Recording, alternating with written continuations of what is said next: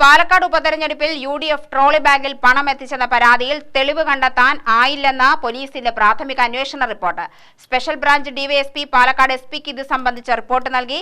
പരാതിയിൽ തുടർ നടപടി ആവശ്യമില്ലെന്നും റിപ്പോർട്ടിൽ പരാമർശമുണ്ട്.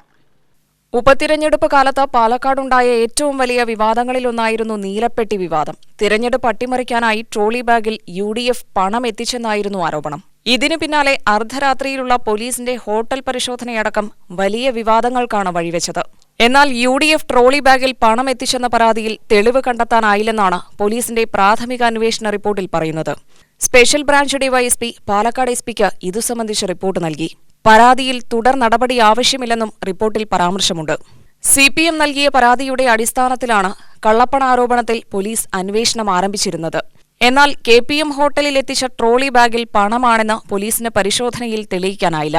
നീല ട്രോളി ബാഗിൽ തന്റെ വസ്ത്രങ്ങളായിരുന്നുവെന്നാണ് രാഹുൽ വ്യക്തമാക്കിയിരുന്നത്. തുടർന്ന് സ്പെഷ്യൽ ബ്രാഞ്ച് ഡിവൈഎസ്പിയോട് ഇതേക്കുറിച്ച് അന്വേഷിച്ച് റിപ്പോർട്ട് നൽകാൻ ജില്ലാ പോലീസ് മേധാവി ആവശ്യപ്പെട്ടിരുന്നു.